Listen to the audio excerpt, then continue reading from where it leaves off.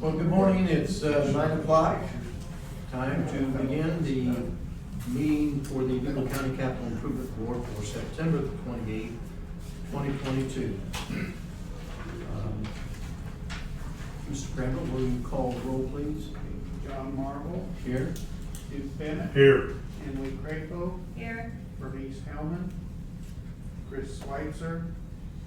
Dave Patterson. Here. Terry Conley. Here. There's a majority present. Chris let me know last night that he would not be here, and if all remember last meeting, last month, Bernice said she would be here for this meeting. Any additions or revisions to today's agenda? I have one revision, and that is I'm going to remove, I asked it to be put on there, but I am removing for the time being resolution number 2022-10, the approval of the parking agreement. Are there any other additions or corrections to the minutes or to the agenda? Hearing none. Approval of the August 24th, 2022 minutes. Move to approve as presented. Second. Been moved and seconded. All those signify in favor of approval, signify by saying aye. Aye. The approval is passed. Item number 6, old business, update 6.1, an update on the convention center management with the Oak Valley. You group. Oak View Group. We'll get that right one of these days. All right, well, good morning, everyone. So we're reporting on the month of August. So just a little, and you have packets in front of you. During the month of August, we hosted 16 events and 2 tastings. These events accounted for 18 total event days. Our attendance for the month was estimated at over 2,000 people, and gross revenue generated from events was over 90,000, and parking revenue was a little over 3,000. So this is August was our best month to date. So here's a list of the events that we hosted this past month. We had some small board meetings. ISU had a meeting here. Rose Holman hosted 5 different department meetings. They did a lot of retreats here. So it was nice to have a bunch of support from them. They've actually been sending us business as well. We had the Terre Haute Area Association of Realtors Tiny Homes for Vets fundraiser was here. Midwest Communications, which is the radio station down the street, did some sales meetings. We had Valley Professionals. Hometown Savings Bank has now hosted 3 sales meetings here for their branch managers. We had our first wedding last month, and Marathon had a health meeting. The Chamber of Commerce's 109th annual meeting was hosted here. That event had about, we set for 433 people. I think they had like 338 that showed up, but we were prepared for 430, which was our largest to date when it came to banquets. We had the WTWO job fair, which was our second job fair, and then Visit Terre Haute press conference took place. So looking at our event stats, just as kind of a summary of the number of events by type, meetings, we had more meetings than any type of event. Attendance was driven mostly by special events, and gross revenue is more special events, and I would say a lot of that probably came from our THAR event that we had, which was a comedy night, which kind of fell into a special event category. It wasn't really a banquet or a meeting, it was more of a special event. And then these are some year-to-date event stats. So now that we've got 6 months of history, we'll start showing how our events kind of compare year-to-date. Looking at the first one shows all of our event types. You can see meetings. We've done 40 meetings, 15 special events, 7 banquets, 2 trade shows. Year-to-date attendance by event type, which is special events, leading that. Gross revenue is banquets. Banquets bring more gross revenue because there's food and beverage associated with the event, so you're gonna have a lot more, revenue there. However, banquets do cost the most to produce because there's a lot of labor associated with those events. And then year-to-date gross revenue, you can see the month that we've had the most gross revenue, which is in August.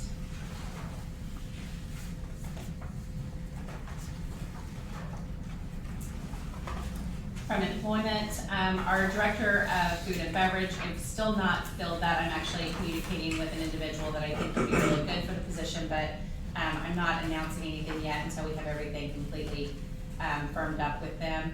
And then we did hire our second event manager. Her name is Delilah Rixner. She's a Terre Haute native, moved to Nashville for college, and then moved to South Carolina, worked at a small event venue there for a while, and then recently came home. So we've picked her up now. She started 2.5 weeks ago, I think.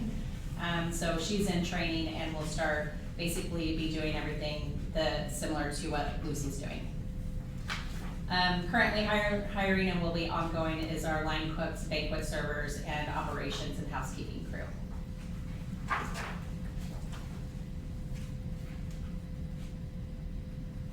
So for finance and HR, we've been working on a lot of processes on how to facilitate after-hours drug testing and work comp for on-the-job accidents. So really just kind of trying to fine tune, you know, what if this happens, what if that happens, where we send employees. There'll be big changes with the I-9 forms. We're waiting on federal government to issue new forms and see what structures may change. Currently, all employees have to fill out an I-9, so we just don't know exactly what's going to change yet at the end of October. Martel's been attending several job fairs. She did the job fairs in-house as well as ISU and Ivy Tech, so she was trying to get some of the students from each of the schools. Actually had some really great success at the last job fairs. The students they weren't there to get the free stuff from the table, they were legitimately looking for jobs. So we're hoping to pick up some of those students to be on our staff. Right before the chamber event, which that was gonna be one of our largest events, we had really tried to ramp up, you know, some of the servers for that event, and we had some hiring posters that were sent out through local churches for employment, so we actually picked up some high school students as well, which some of the younger kids are really great workers. I've seen some really young kids carry great big trays of glasses. Kind of scares me because I have a hard time doing that, but they've really turned out to be really good workers. Our challenge is they can't work during the day, they can only work evenings or really weekends. So we're still trying to find those weekday, early shift employees that we can get on our roster. All of our month-end financials are now caught up to date, so every month you'll start getting the financial packet for the end of month to the finance committee, and then it'll be distributed to the board members at the meeting. And Martel's working on getting our admin assistant trained on everything financial so that she can help out a little bit more on the financial side of things. We did order new credit card readers for our bars. We were having some connectivity issues, so we did have to order new readers. Every time we would have a bar, we did have like a cash bar, our systems kept going down, so we've been working closely with Joint. And so we did have to spend a little bit of money to get some new readers, so now we're not having any connectivity issues as we have cash bars for events. Been a lot of little trial and error things to work through. In food and beverage, I put this information in here because we have a little bit of a labor issue with getting staff when we need them. I'm looking at purchasing a cutlery dryer polisher and a glassware polisher. Every piece of silverware that goes out for an event has to be polished, and it's not easy. I mean, it's a lot of hours, you sit at a table, it hurts your hands, nobody wants to do it. Silverware gets fingerprints, and we will go through probably 150,000 pieces of silverware a year with silverware that gets laid out at the table or in a roll, whether we wrap it up in as rolled silverware or just for various things. And it takes a lot of hours to get folks to sit down and polish that silverware for an event that's coming up. So like if we have a chamber event in the evening, during the day, we have to be polishing silverware, and it's polishing silverware and polishing glasses, because at the bar, you don't wanna pick up a glass and it's got spots all over it. So we have to go through and polish all of that stuff. So with 150,000 pieces of silverware, it takes about 480 man hours versus 40 hours with a machine. And so looking at one of these machines, it would be about $3,700 for a cutlery machine, and then about $1,400 for a glass polisher. So if you compared it to what it cost in staff to do this during the day, in about a year, the machine pays for itself. So we're looking at getting 2 pieces of equipment that will help, alleviate some of those stresses on the staff. And so I wanted to put this in here because it is a little bit more of an expense than what we would normally spend on something, and I just wanted to make sure we didn't have any objections as to us purchasing a couple pieces of equipment like this. Have you used this before? Owensboro, Kentucky just bought some the beginning of this year, and they love it. So they do thousands of pieces of silverware really quick, and they said they actually have employees fight over who gets to use the machine now versus nobody wanting to polish. They've not had any issues. They bought it, I think it was the beginning of this year. They were here for an event. I think they were here for the chamber event, and we were talking about it then, and they had sent me the ones, like the information on the ones that they ordered, and this is what they had ordered, and they said they work really great. So there's no need to polish after it goes through the machine?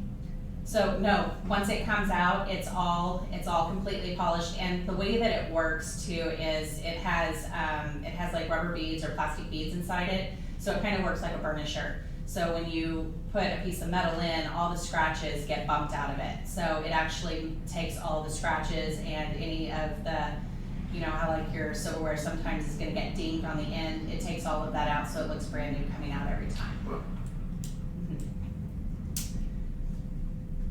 So, if there's any opposition, just let me know. I was hoping that by the end of the month, we could go ahead and order one. I just wanted to put it out there because I know you guys want us to make sure we're getting quotes on things, and I just wanted to be very transparent about, something that might be a higher dollar cost for us. Okay.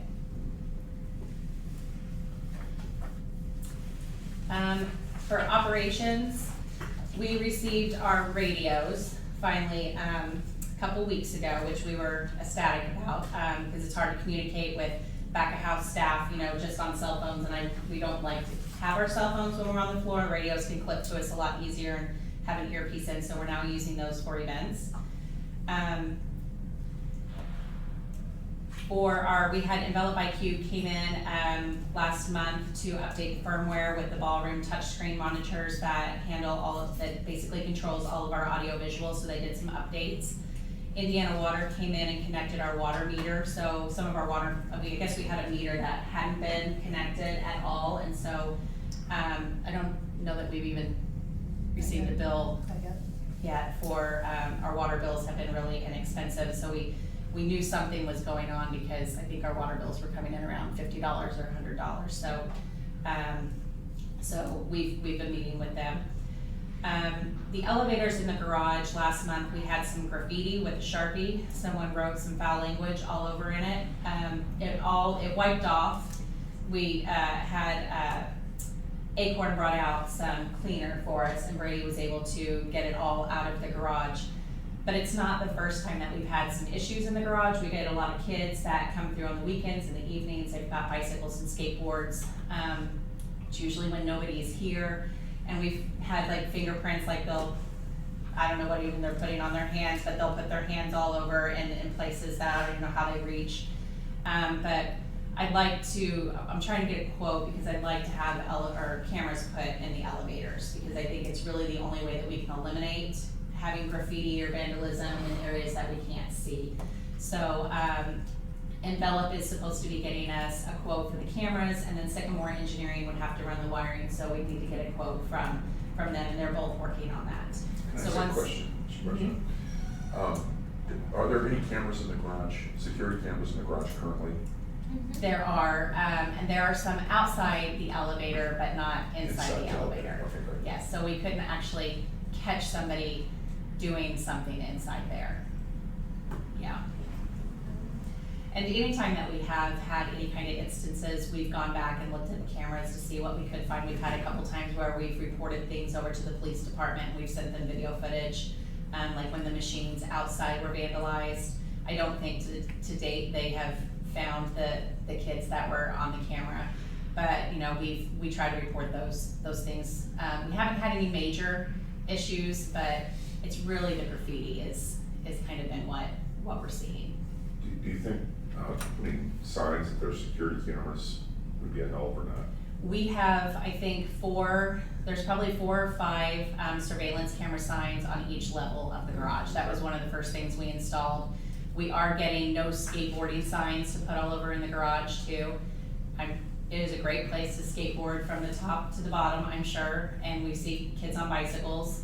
And so we're trying to put signage to let them know that it's trespassing if they're on skateboards and that. Other than that, I don't really know, what else we can do.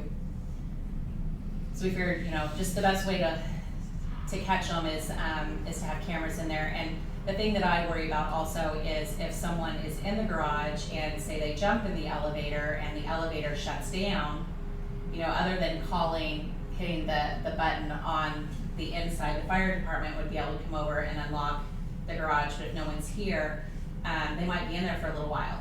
And it's also a service call fee for us that if they break something in there, it could be up to $2,000 in damages or just service call fees for someone to have to come out and have to make repairs that we would be responsible for if we don't know who, did the damage.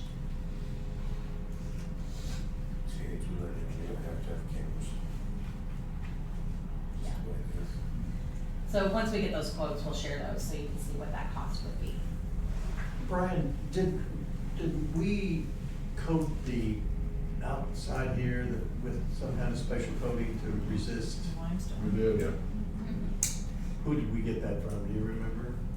It was through the masonry contractor, which is Autobahn. They're out of, I think, Paris, Illinois. And I think we turned over an extra 5 gallons maybe of the product. I think it just rolls on. Yeah, so that'll go on like the concrete surfaces, but where we're finding some of we haven't had anything on any of the concrete that we've seen. It's always been on like the metal machines or the inside the elevator, which is all stainless so far, which those have been easy to clean. Yeah. We've been able to take care of that. We've had a few issues with our elevator doors resetting and not wanting to open. So Brady's been working with Cone with servicing those. There's been a few times we've had employees that have been in there and the door's not wanted to open. And it's just like, it goes through like its own reset or something. And so we're trying to work through those with Cone. Tennille, is that in the garage or in the convention center? It's been in both places. Oh, Mhm. okay. I actually got stuck in one of the elevators one night. I was the only one here left, and coming up, I thought, okay, this is probably gonna be a long night. And then finally it opened, and then I took the stairs down on my way out. So, And but it you're not reset getting charged. itself, and the You're not next getting morning it charged was for that, fine. correct? No. Yeah, okay, so it should be under warranty. Yeah, it should all be under warranty. Yeah. Last month we had an irrigation leak that was discovered on the west side of the parking garage. That was repaired, and then they were looking in, what they said was they thought someone had pierced one of the drip lines, so I don't know if that's from folks walking through the landscaping, or I don't know how some of the leaks are showing up, but we're trying to stay on top of that. The weeds have been a little bit hard to control also, so Lynn Brothers came out and helped us pull some of the weeds out. There isn't a barrier underneath the mulch, and it's a kind of a thin layer of mulch, and so I think what Brady was told is that there's some seed that probably came in with the mulch, and that's why the weeds have been so bad. So what we are looking at doing is having another company give us a quote, because eventually we're gonna need to have a service agreement with another company to winterize the system and help with repairs. But we should be able to self-maintain a lot of like the the area, you know, we shouldn't have that many weeds that we can't keep up with it. So what we're doing is trying to get a quote for fabric to go down and new mulch, and then if the price is a little bit too high, we'll have a service day for employees where we'll go out and we can put down fabric and remulch the area and put down the proper amount of mulch that needs to be down. So we'll share those quotes with you when we get those back. There was a leak in the women's restroom on level 2 last month.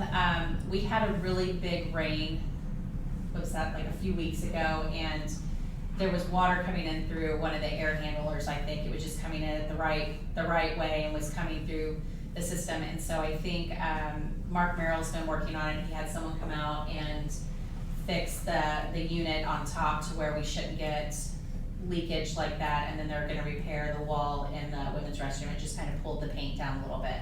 So Garmont's working on that. We are creating additional signage for the garage, park at your own risk, instructions on how to use the parking equipment, some no parking signs and tow zone signs. One of the areas that we kind of have a little bit of an issue with is at this north entrance, right on this side of the building where you pull into the parking garage. We're finding that we have folks that they pull there and they park, or they try to pull up onto the sidewalk and just park rather than parking in the 15-minute stalls. So I wanted to ask, I don't know if the county or the city has any balusters that could be installed right between like the drive into the garage and the sidewalk area so that we don't have vehicles pulling in that area. I don't know if there's a city department that would have something. We don't have any.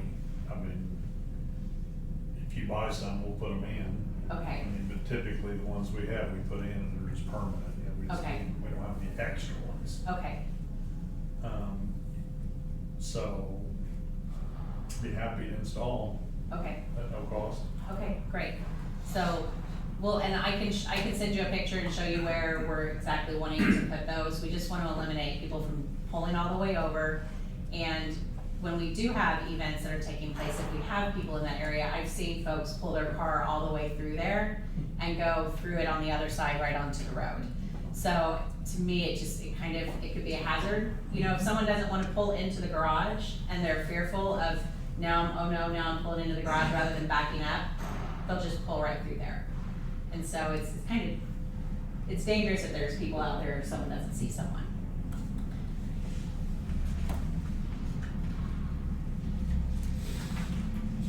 Sales and marketing, so last month we had 10 contracts go definite, totaling over $30,000 in revenue. 3 of those events were in the month for the month bookings, and 5 events would take place in September. 2 of those events are for 2023. The team is currently working 49 tentative leads, which totals about $371,000 in potential revenue, and they've got 10 firm events where they've already issued license agreements for those, totaling over $80,000.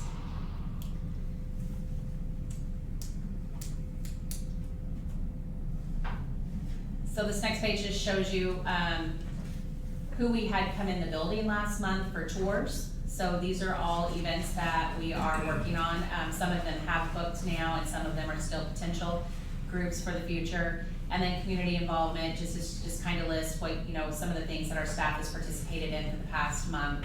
And then promotions and advertising, you know, our sales and marketing team does a great job with our Facebook postings. We've got a cement retargeting campaign that's still going. We had a full page ad in the TripStar.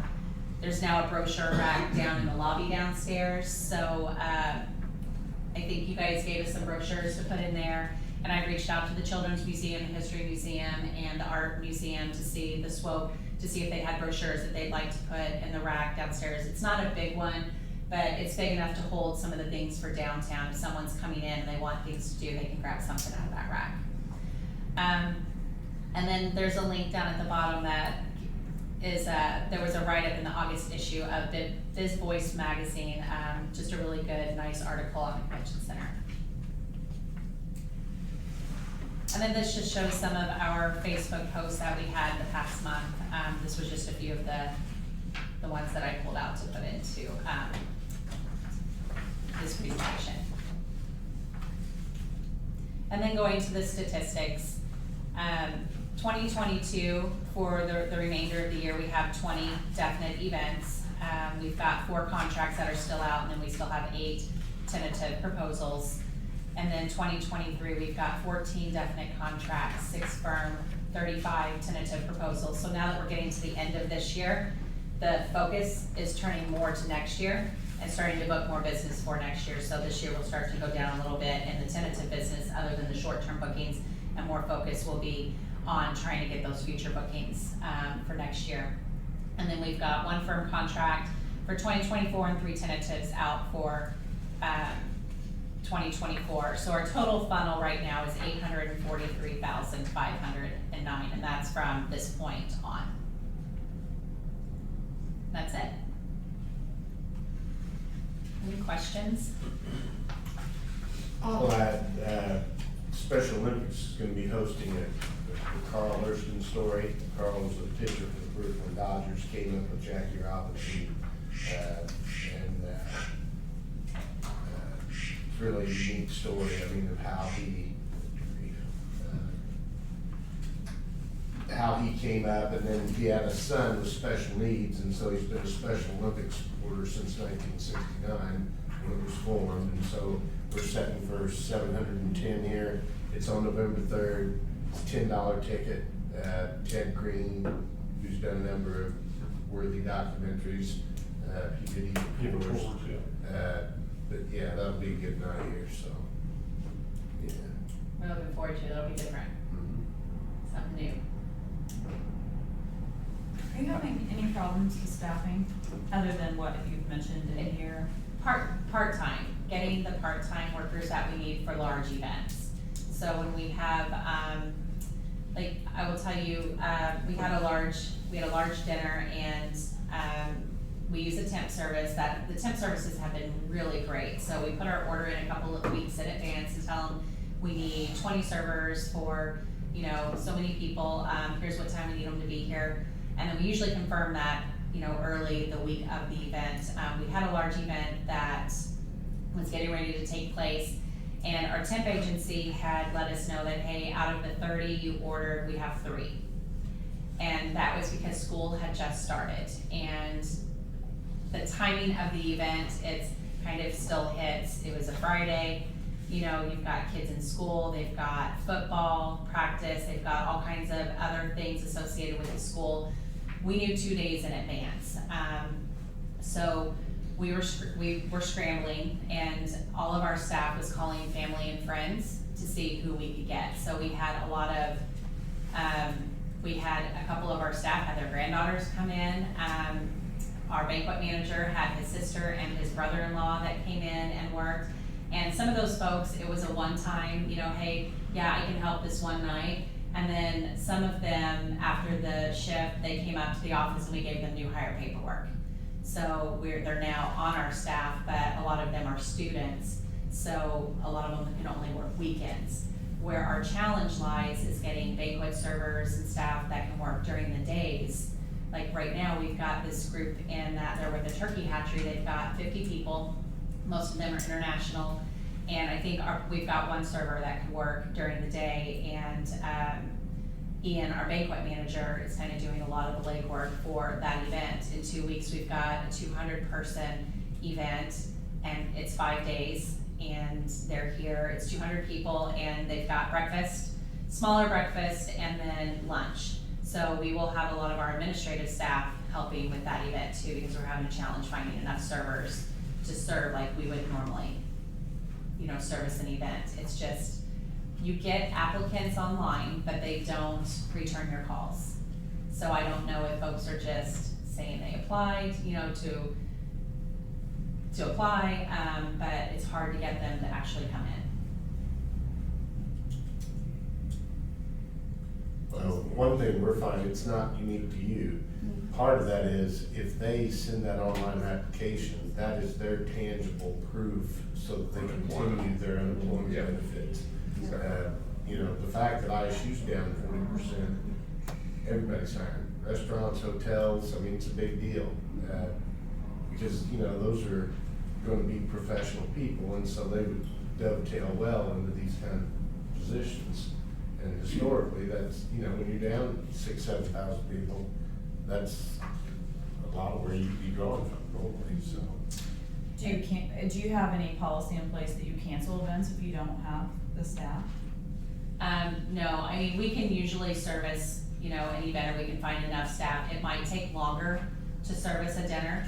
And then obviously if the client's really unhappy with how the service goes, you know, then we'll have conversations on how can we make it right, you know, to them. But I think that we plan far enough out in advance that we can usually get enough people that we can. Actually, for that one event, I had called Owensboro, Kentucky, and they sent a couple people to help us as well, because I knew 2 days in advance. So as long as we know, we're staying on top of how many people are coming, who's coming. You know, I don't wanna just know a number, I wanna know who's coming, you know, so that it's a little bit more tangible for us. So we know, especially if it's someone who's worked here before, and we can go, okay, yeah, we can't count on that person, they'll be here. Our staff has been really good about reaching out to family and friends, and so we've got quite a few people who will step in and help when we need. I'm not gonna lie, it's scary when that happens, you know. All of our venues are going through this. I mean, a lot of venues are going through this. I know the hotel's going through the same thing, you know, with having to get the right amount of staffing. It's just, it's mind-boggling. I've never seen this before. If I can Yeah. interject a little bit more, even some of the temp labor areas will send 30 if we request 20, because they know 10 won't show up. So, sometimes we get an overabundance, and that's fine, but a lot of times too, they walk out.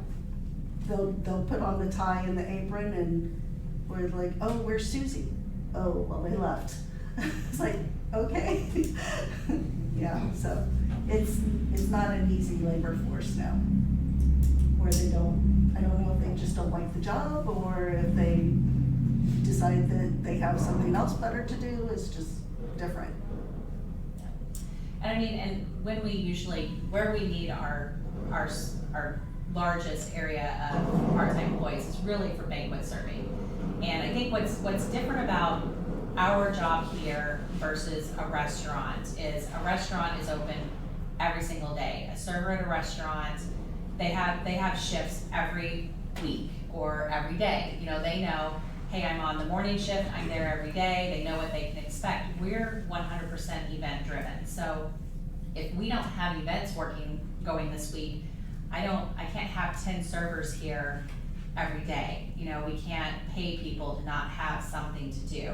So we have some of our part-time workers that they're our regulars, and if we need things polished, if we need room set, if we need to organize storage rooms, if all of our shapers need cleaned, you know, we'll have a list of things that here's what I need you to do. So we want to keep some of those folks coming in so that we have things for them to do, so that we don't lose them, but we can't do that for all of our staff that's part-time if we don't have events taking place. So it's not the same as a restaurant, because we might have a big event on the weekend, and then the next 4 days we might have a couple little events that our banquet manager can service himself, and he doesn't need to have 4 people in here for. So we're a little bit different in that regard. So it does make it challenging. I know you had a fairly large wedding a couple weekends ago. Yes. I've had 3 different people comment about it, said how wonderful it was, beautiful, Good. but they focused on the food, Yes. that it was tremendous. Sunny knocked it out of the park. Yeah. Where we had David and Brittany Fusen got married 2 weekends ago. Very particular, knew what they wanted, very, very nice meal. We knew that with every event, we want everything to be perfect, but for a wedding, it's different. You know, it truly has to be perfect, you know, for what they're envisioning for their day. And that was a 16, 18-hour day for many of us. And I can tell you, Sunny was in my office, I don't know how many times that week going, what if I plated it like this? What if I plated it like, it's just on their mind all week of what if I do this, what if I do this, you know, how do we make this the best event we possibly can? And it was a little stressful leading into the event because the expectations are super high and we want to exceed those. And I think at the end of the night, we did exactly what the client wanted. We went above and beyond, and they've told us over and over it was the best meal they had had. And I couldn't be more proud of the staff that we had. Like, we did a really good job servicing that event. You knocked it out of the park, and it'll take some time for that word to get around, but it will get around, you know, what you're doing here, so. Good. We're proud of you. Good. Good job. Got a lot of hard workers on our team. Thank you for that. All right, any other questions? Item 6.2, an update on project and operating budget. Jason Simler.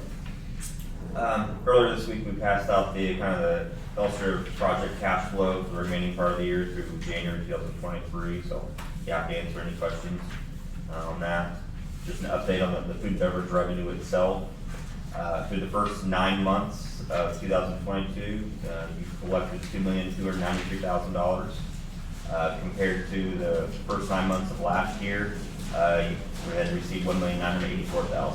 So a little over a 50% increase in revenue from last year. So food and beverage is still coming strong.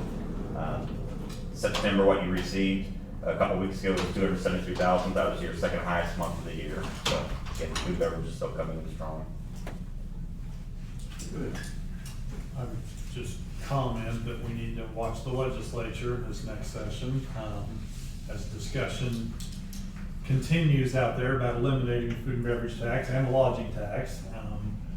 I'm told it probably won't happen in this session, but the conversation will go on. We need to keep fighting that. We've also got somebody running for county council that thinks we ought to get rid of it, so just an FYI, that's all I have to say about that. What's the local thought as to doing away with it? Not just in taxes, period.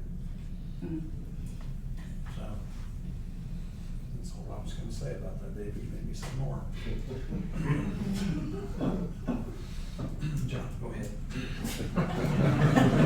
This year, a little long. Any questions? Thank you, Jason. I actually just have one. When will you start doing next year's cash flow projection?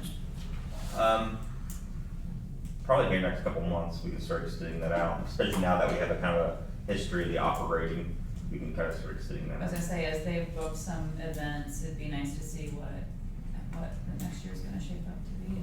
We won't actually have construction costs in Yep. with this. Thank you. An update on the Larry Bird Museum. Terry? Just a short report, today, Hilferty has, finalized the, design. We are ready to start, submitting RFPs. At this time, we're just waiting on, final loan agreements, and then we'll get those sent out. So we're hopeful, as far as, don't hold me to it, but we would hope to have RFPs submitted and back by year end. And then we could start fabrication and installation beginning in January. Does that include licensing? Correct, so all the loan agreements, all of this is within works with Larry Bird, and, some of the licensing he has in place already, so it's really, just finalizing all the legal matters before we move forward. Have we seen any figures on licensing? No, we have not seen any figures on licensing as far as licensing of images or licensing of The digital media we want? the digital. So, one of the things that Hilferty, has that is budgeted includes digital media, and that includes licensing, cost in there, so. It's part of what they have provided us for that final cost. We'll have a better idea once the RFPs are sent out, but they will actually have a digital, like a media producer that will make sure all copyright, everything's, all that licensing is in place when they put together that digital media portion. And then, Brian, do you wanna comment on the construction? I don't wanna hold your feet to the fire, but I think you said covered bridge-ish timeframe? I haven't had any pumpkin ice cream or, 4-inch thick pork chop chips. So I poked my head in there yesterday. It looks like painting is about complete. So if you go in there, the roof structure up above is all painted black. It's like a dark gray color. The walls are painted. They've got to go in and clean up the line where the two colors meet. Next up will be the Unistrut grid system that will be used to support lights and other objects supported from above. That'll be coming in here in the next week or two. And once that'll get installed, then that gets painted. The electrical panel is going in, and the only thing we're gonna be waiting on is the bus duct, which mounts to that Unistrut grid, and then the light fixtures really just, it's kind of like a trap lighting system generically. The light fixtures snap into that. That could lead past Covered Bridge Festival. Don't write that, Howard did it. That sounded like a fool. But that could lead into November, but I don't think that's gonna impact. It's gonna be a long time before you're installing the, museum lighting fixtures, so. And I think that's all on track then with, once those, they'll be finishing up once RFPs are submitted and the companies are working on the RFPs and Garmon will finish up, so everything seems to be moving along and working out. I would agree. Any other questions, comments? That's my report. Any questions? Thank you, Terry. And the last item under old business is an update on legal matters. Brian Boston. Thanks, sir. I'll build a little bit on what Terry was saying about the museum. So we did share we found an avenue to communicate with Larry's agent. And we did share both the media list and the plans with the agent. There was some complication. We heard back from her that there's been discussion of a documentary about, I guess Larry gets approached a lot of good documentaries, and some of the plans that Hilferty had on multimedia interviews with Larry and coaches and Magic Johnson and everybody else conflicted with that. So we held the RFP that, at Terry's direction, held the RFP on the media producer until it was a clearer path on that one, and not heard back from the agent yet. So we have put things in her hands and waiting to hear from her. She indicated she was going to be sharing that with Larry here this last week. I have not heard back, but I'll double check with her just to be sure that everything's on course with that. We worked also with RJL on your RFQ that's before you for the sports and water complex. We got that in the works. We're working on your parking arrangements. Those are postponed for now.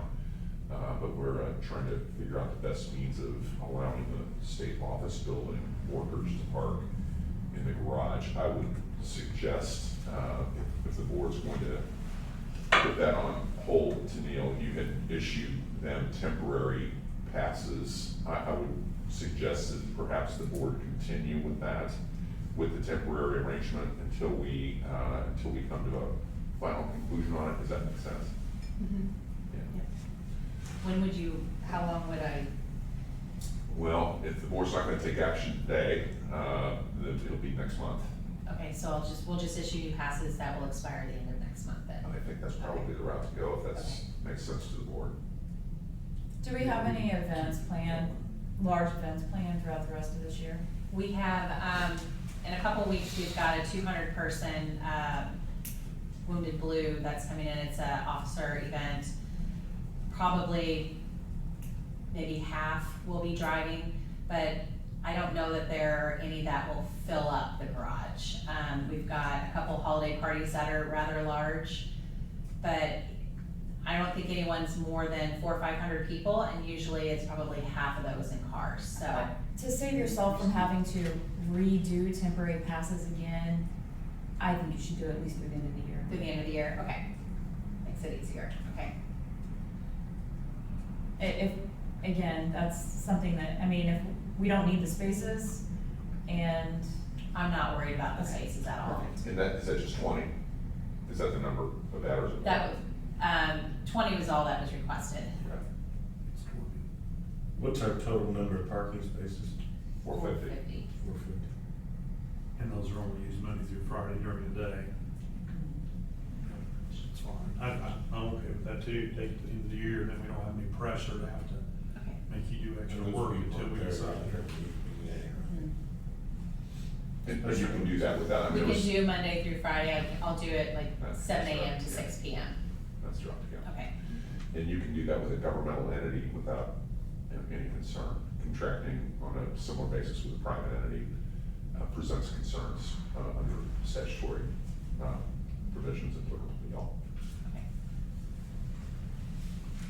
All right, thank you. Under item number 7.1, actually 7.2, I'm sorry, resolution 2022-11, approving the sports complex feasibility RFQ. Mayor, do you?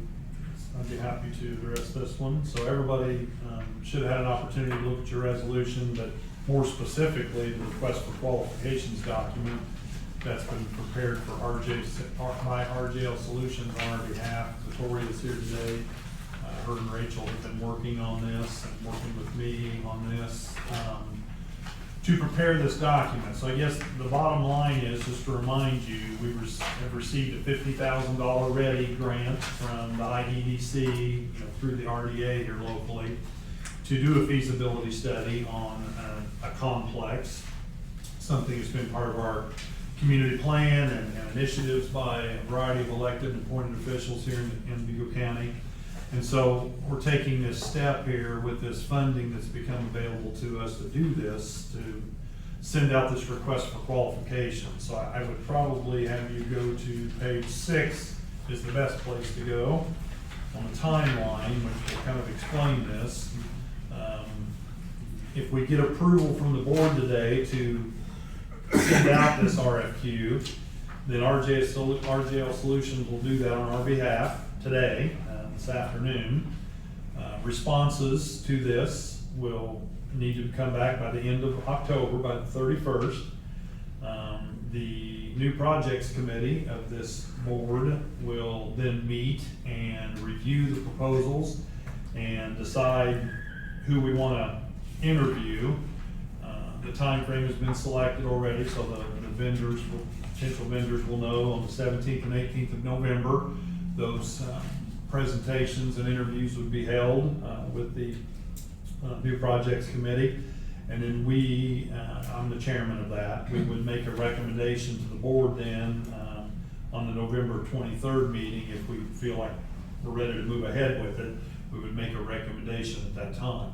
So the board would need to approve that step too. So today's approval would be to doing this professional services process, beginning that process, but then we would obviously be coming back to the board next month to share with you who we're recommending to the board, have that discussion, and then see if we're able to move ahead with negotiating a contract with whoever is chosen. So this is a pretty straightforward, pretty common kind of a RFQ process here. It's been modeled after similar ones. People have already been reaching out to us when it first hit the newspaper a few months ago. And other media sources, we started getting calls. So there's some people that are very interested in this, that just work in this realm. And so that's what we're looking for, is people who are qualified, have done this before, And then we want a feasibility study back that will tell us whether it makes sense to move ahead with this concept or not as a community. So I guess I would entertain any questions that anybody might have, or any issues with us moving forward. It'd be great to hear. Can I add just a couple things? The new, just to refresh your memory, the new project committee is the mayor, Emily, and Dave. And when you meet, you haven't had a meeting yet, so when you meet, don't forget about your notice requirements. Mm-hmm. And just keep us plugged into that. We'll be sure, Tammy and the team here, to be sure that your notices get posted, and then you can negotiate in executive session, which still have to post in executive session. Yeah, we won't have to do that till right before the 23rd, probably, that part of it. Oh. Otherwise, we'll just review and we'll follow the procedures, yes. Can you offer a little bit more detail on the aquatic center portion, phase 2? Yeah, it's an outdoor water park, Okay, so similar to what Plainfield has okay, but everything is outdoor? of the water. Okay. Yes. Does that include a swimming, or is it more splash Now, pad? or- more, well, there'll be some component, not really true swimming, but I would suspect a zero entry pool that's not very deep. You know, very similar to what other communities have put in, with a lot of features, if you will, to go along with that. It'll be a fairly significant sized facility. And then I know, you said similar to Plainfield, so phase 3 is indoor field house, so then would that outdoor water park then connect into an indoor water facility similar to Plainfield? Well, it'll be a little different from Plainfield then when we're talking about the rest of it. I'm just Okay. using the water example there, because they have an indoor facility connected to the exterior facility. I would envision this, but we'll see where everybody wants to go with it, that the indoor is athletic only. It would not have any water components inside of that. Now, that's just me speaking, knowing other projects that may be going on in the community that may address that issue that you're talking about, but it would not be here. That's not what I envision. But we'll see what, where it all takes us. So 3 distinct components. The first phase would be the outdoor athletic facility fields. Then the second phase would be the water park facility, and the third phase would be an indoor athletic related facility. Mayor, I'm for all of it, but I would tell you the greatest need at the moment, through my 28 years, we need an indoor facility yesterday. And we just know that's gonna be the most expensive Soccer, component. yeah, Yeah, sure. so, But and it can change. but I it's think just- that'll have the most impact. And it probably will, because you can use it year round, obviously. Well, we just don't have, I mean, soccer is the largest participation sport in the county. You've got 400 or 500 kids all winter that drive to Indianapolis every weekend, if not 3 nights a week. And, that alone will carry it. Volleyball, I'll leave him unnamed, but this guy's connected. He rented a building out at the airport and taped down volleyball lines so his daughter didn't have to practice at 9 p.m. at night. So basketball and volleyball really conflict in this town in terms of gym space. And sadly, they push volleyball till 8:30, 9 o'clock at night. Well, if your daughter's getting home at 11 o'clock, my God, that's on a school night, that's not good. So the indoor facilities is a pressing need. I think the others are just important quality of life issues. Right, so I guess, any of this could be done in a different order. We just tried to place it in the order of being able to finance it, long term, but we'll have to figure all that out. We are gonna be going for additional ready funds for, if this moves forward, we're gonna ask for additional funding to help build it. Casino revenues will be coming in 24, so all of this could happen quickly, or it could take, phases. We wanted to be very strategic and not overplay it at the beginning here, no pun intended, to get people thinking that we're gonna go spend $60 or $65 million to do Mayor? the first 2 phases. Mayor, I have a question, I'm sorry. Mhm. I agree with your presentation here on a feasibility study. What, you have 3 phases listed here, is this just for the feasibility study?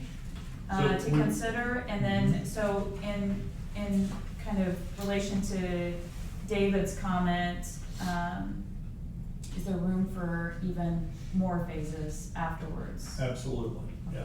We just, I mean, it wouldn't make any sense to talk about those other phases, I guess, until we determined that we could do these 2 or 3, you know what I mean? It's kind of like, we wanted to add the field house component because from a ready perspective, it'll be important to show that year round. You know, in order to get them to make an investment here, we're gonna have to show something that'll be multi-purpose, used all year in order to get additional funding. That's just the strategy we're taking here. We can change this in any way we want, you know. It's just right now, we'll have these folks look at it from these 3 major components and tell us, can we support these? Would you, Just makes you sense. say in here that this is just that the phases is the board's current vision and sort of welcome input, it does say it. Yeah, And, so you may wanna, if you're having conversations with the selected entity, you may tell them that too, reiterate to them that, you know, this was our priority here, but if you tell us there's something different in need now, we wanna know. yeah, and I think when we get into the funding conversation, that will drive some of this too, because they're gonna need to know how we're gonna pay for it, you know, how will this be done? So it could be that certain things can happen sooner than other things, and I just don't know that right now. So just trying to keep it open, I guess, is the best way to put it there. I think it's pretty clear here, though. They'll get it. When they see this, they'll understand what we're trying to do, but they'll probably still have a lot of questions about, what do you really want to see in your final product? And that's where we'll negotiate that with the vendor who we select. I'll make a motion to approve resolution 2022-11, to obtain a feasibility study. That's second. Motion is on the floor to approve resolution 2022-11. Mr. Bramble, will you call the roll? Ms. Conlon, Approve? Ms. Aye. Aye, we do prefer an aye. List here, Mark, Ms. Conley. Aye. Mr. Patterson, Aye. Ms. Crabo, Aye. Ms. Bennett, Aye. Mr. Marvel. Aye. Motion's passed. Victoria, did you have anything you wanted to add? I will just say, I know the mayor mentioned this, that we've had a number of different firms already interested. So if anybody here has been, inquired about any of those firms, feel free to send them our way, because we will make sure that they get this RFP today. This will also go live on the website. We have a press release that we'll be distributing. We'll be promoting it via social media as well. So anybody who has any sort of interest firm-wise, we'll make sure that we deliver this to them. Anything else? Nope, thank you. All right, now we'll talk about that. Item number 8, other business. Do we have any questions or comments from the board members? I do want to throw out, and I asked Jason to take a look at it, Mary Kramer's request of you and I. She has kind of been in charge of the Turn to the River project that we're all, I'm sure, aware of. And she has asked for some assistance from us. And the mayor and I haven't had a chance to talk with it. She directed it to the mayor and myself, but at some point in time, she wants to come in and address the board and tell us of her So let me needs. give you just a little bit of background. The Turn to the River project is 5 phases. Phase 1 has been completed now. It was about $1 million project. The city funded about 45% of that.